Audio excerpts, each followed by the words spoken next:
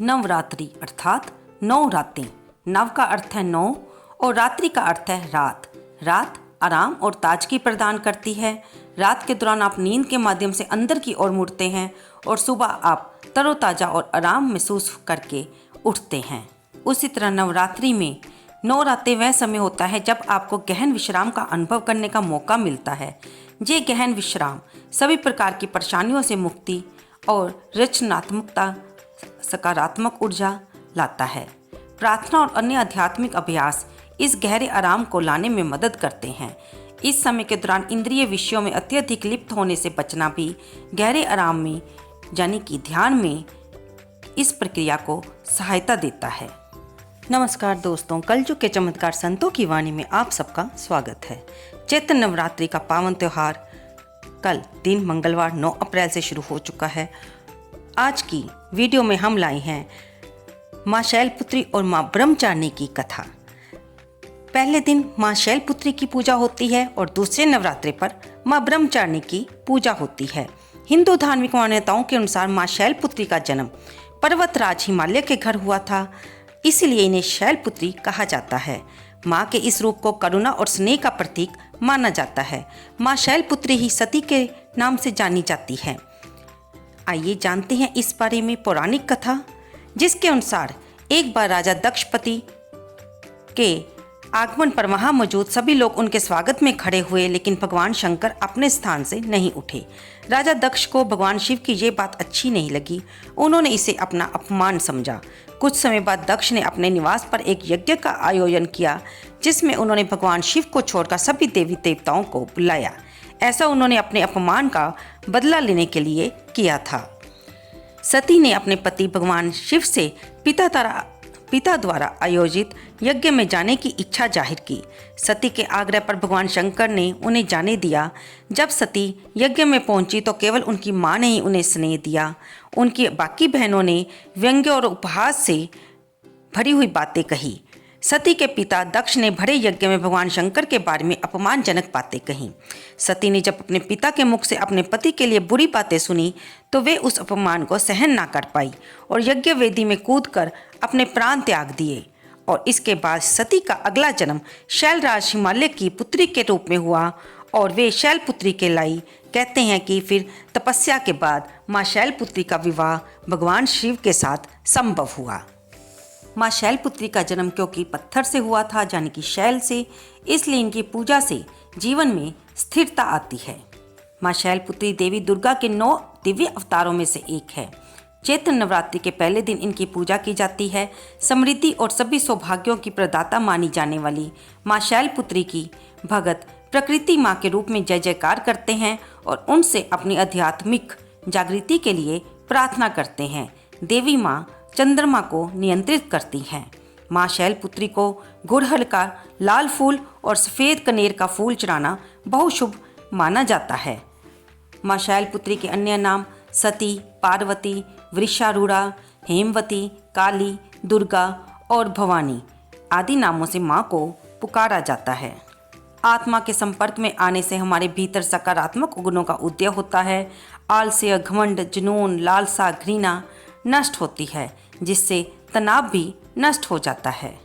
अब हम चलते हैं दूसरे दिन के नवरात्रे, जब माँ ब्रह्मचारिणी की पूजा की जाती है। इस दिन इन्हें प्रसन्न किया जाता है। देवी ब्रह्मचारिणी देवी पार्वती का ही रूप है, जिसमें उन्होंने भगवान शिव को अपने पति के रूप में पाने के लिए कठोर तपस्या की थी। ब्रह्म का अर्थ है दिव्य चेतना और आचार का अर्थ है आचरण। ब्रह्मचर्य वह व्यवहार है जो दिव्य चेतना में स्थापित होता है। यह दिन विशेष रूप से ध्यान करने और अपनी आंतरिक दिव्यता का पता लगाने के लिए अत्यंत पवित्र है। ब्रह्मचारिणी भवानी माँ जगदम्बा का दूसरा स्वरूप, ब्रह्मांड की रचना करने वाली देवी के ब्रह्मचारिणी रूप में ब्रह्मा जी की शक्ति समाई हुई है। माना जाता है कि सृष्टि की उत्पत्ति के समय ब्रह्मा जी ने मनुष्यों को जन्म दिया। समय बीतता रहा लेकिन सृष्टि का विस्तार नहीं हो सका। तब ब्रह्मा जी अचंभे में पड़ गए।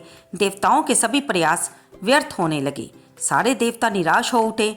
तब ब्रह्मा जी ने भगवान शंकर से पूछा कि ऐसा क्यों हो रहा है। भोले शंकर बोले कि देवी शक्ति के बिना सृष्टि का विस्तार संभव नहीं है। सृष्टि का विस्तार हो सके इसके लिए माँ जगदम्बा का आशीर्वाद लेना होगा, उन्हें प्रसन्न करना होगा। तब सभी देवता माँ भवानी की शरण में गए। तब देवी ने सृष्टि का विस्तार किया। उसके बाद से ही नारी शक्ति को माँ का स्थान मिला और गर्भ धारण करके शिशु जन्म की नींव पड़ी। हर बच्चे में 16 गुण होते हैं और माता पिता में 42 गुण होते हैं, जिसमें से 36 गुण माता के माने जाते हैं। देवी ब्रह्मचारिणी का स्वरूप पूर्ण ज्योतिर्मय है। माँ दुर्गा की 9 शक्तियों में से द्वितीय शक्ति देवी ब्रह्मचारिणी। देवी ब्रह्मचारिणी के दाहिने हाथ में अक्षमाला है और बाएं हाथ में कमंडल होता है।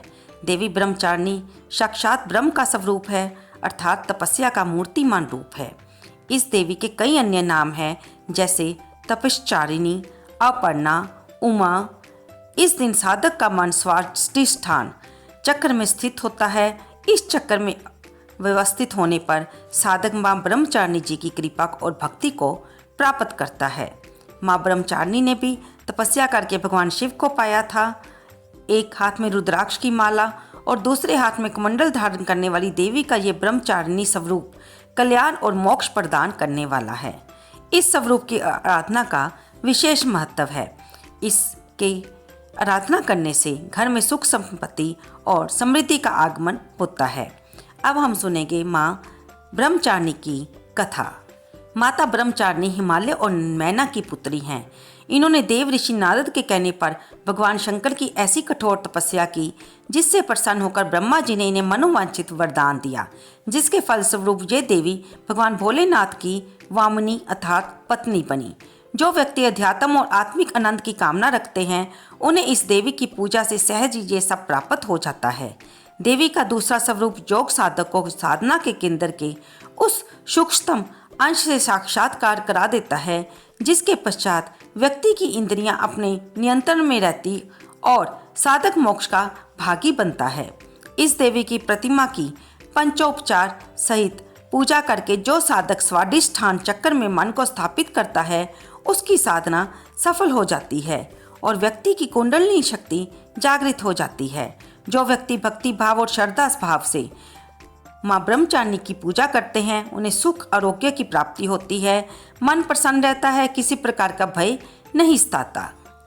इस दिन माँ ब्रह्मचारिणी को फूल, अक्षत, रोली, चंदन से पूजा करें। उन्हें दूध, दही, शक्कर, घी, शहद चढ़ाएं और अगर आपके पास माता का कोई स्वरूप है तो उसे माँ ब्रह्मचारिणी के रूप में प्रणाम करके उस स्वरूप को स्नान भी करवाएं। नहीं तो फोटो पर ही फल, फूल, धूप, दीप दिखाकर षोडशोपचार से माँ की पूजा करें। उन्हें पान सुपारी भेंट करें, उन पर चुन्नी चढ़ाएं, कलश देवता की पूजा करें। फिर नवग्रह, 10 दिक्पाल, नगर देवता, ग्राम देवता की पूजा करें और अपने हाथों में फूल लेकर माँ का मंत्र बोलते हुए माँ की पूजा करें। आप ये मंत्र बोल सकते हैं, या देवी सर्वभूतेषु माँ ब्रह्मचारिणी रूपेण संस्थिता, नमस्तस्यै नमस्तस्यै नमस्तस्यै नमो नमः।